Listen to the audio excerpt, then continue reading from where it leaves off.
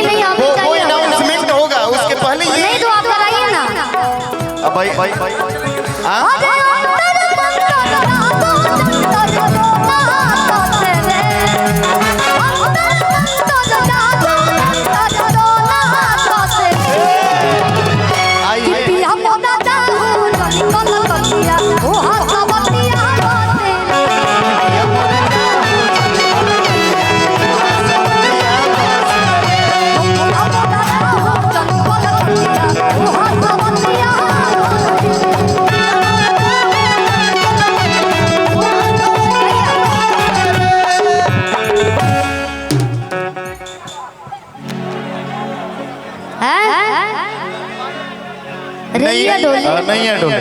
ये बहुत आपके सारे पुराने गाने सुनने वाले बहुत बड़े प्रशंसक लोग हैं। लेकिन मुखड़ा ये देखिए क्या बात है, जोरदार ताली। तो आ जाइएगा ना, थोड़ा आकर कमर भी हिला दीजिए। ठीक है, वहीं से लोग डांस करेंगे। अच्छा वहीं से डांस कीजिए तब समर्थन में और ताली बजा करके कि पापर तोरे, लेकिन करे हैया रो लोग डोला लगे कि पापर तोरे हैया डोले। रुकिए एक बार जोरदार हल्ला कीजिए तो। और जानते हैं जो खुशी का पल है सब चौहान जी की वजह से। चौहान जी इतना हिट गीत नहीं दिए होते, नहीं लिखे। एक बार चौहान जी के लिए भी हल्ला कीजिए, चूंकि वही लिखे थे गीत को। और एक बात बता दूं सर, ये थोड़ा सा ये ढक दे रहा है, तो पीछे रहिए, उधर भी आते रहिए, इधर भी। एक और राज की बात बता दूं, इस गीत के लिए चौहान जी से मेरा झगड़ा भी हो गया। झगड़ा हो गया था और तगड़ा वाला हो गया था कि ना हम ये गाना गईले बने तो हमारे आवाज में रिलीज हुई। तो ये कहल जाला कि केहू तकदीर ना जानेला। और ये गाना तो दया तरस खाए मेरे ऊपर, तो ये गाना छोड़ दिए कि ठीक बात तो ही गाना। क्या बात है। और इनका भी कहना सही था कि बड़ कलाकार गाई, स्टार कलाकार गाई तो कहीं और भी ज्यादा हिट हो जाए। लेकिन सौभाग्य की बात है, और बाकी आजीवन जबले हम जियत रहे ऐसे ही रहे। सैल्यूट है, प्रणाम है चौहान जी। गीत निकलत रहो और वो सबके आशीर्वाद बनल हो काहे बा कि बगली से निकाल सैया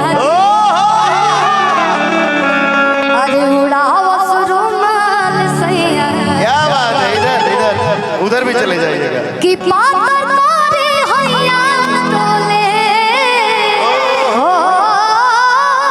अभी नंबर आवे तो नंबर आवे। अरे पापर तोरे हैया डोले। संजीव भैया की तरफ से, संजीव भैया की तरफ से ढेर सारा पुरस्कार।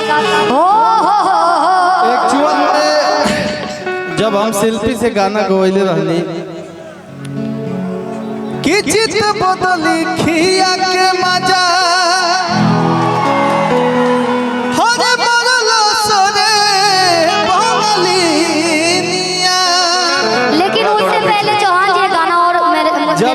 जब ये गाना को बोले रानी शिल्पी से, तो खेसारी भैया बोले कि बाबू ये गाना लिखो तुम डुइट में मेरे साथ, मैं शिल्पी के साथ गाऊंगा। हम कहनी शिल्पी इतने बड़े स्टार के साथ तुम्हारा अपॉर्चुनिटी मिल रहा है, तुमको चांस मिल रहा है, तुम नैया डोले को डुइट कर दे रहा होगा। तो शिल्पी बोली नहीं मैं सोलो गाऊंगा, तब हम सोलो गवाएंगे। ओकरा खातिर झगड़ा भई रहे हमने के कि जाइए सारा गाना गवा दीजिए। हम बोले सब गाना गवा दीजिए, जितना गवाइले बने गवा दी, हम ना गा, लेकिन हमको ये गाना चाहिए। अगर नहीं झगड़ा किए होते तो 500 मिलियन और हजारों पार बाटे अगर जोड़ल जाओ तो हर जगह से। तो कबो कबो रिश्ता सही खातिर अगर खराब होके तो वो खराब कर दे, रिश्ता अच्छा बनावे खातिर तो ऐसा काम करना चाहिए। अगर रिश्ता बनावे खातिर जीवन के सवाल होके तो वो लड़ाई भी एकदम वाजिब बा। लेकिन इससे पहले गाना आप और गवाए थे कि गाँव के छोकरा बन से मारे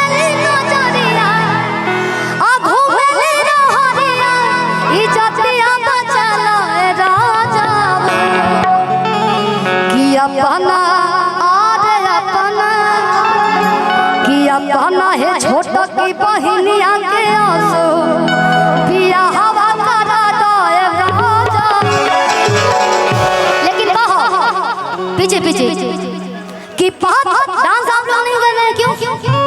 गरीब डांस आप लोग जब आप गाएंगे तो जरूर डांस करेंगे। क्या भाई कि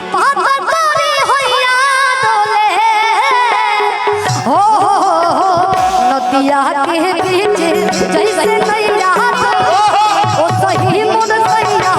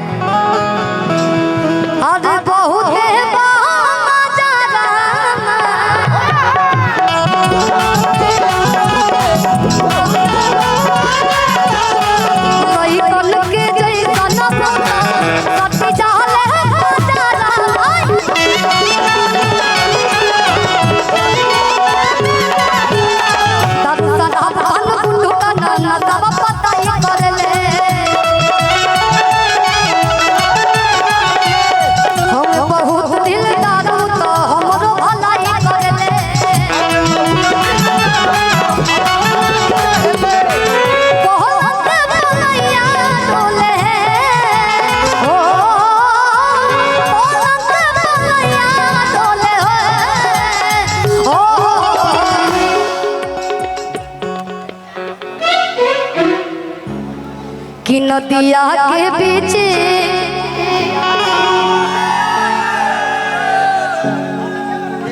अच्छे से गाइए कि नदिया के बीच ओ सही मोर सैया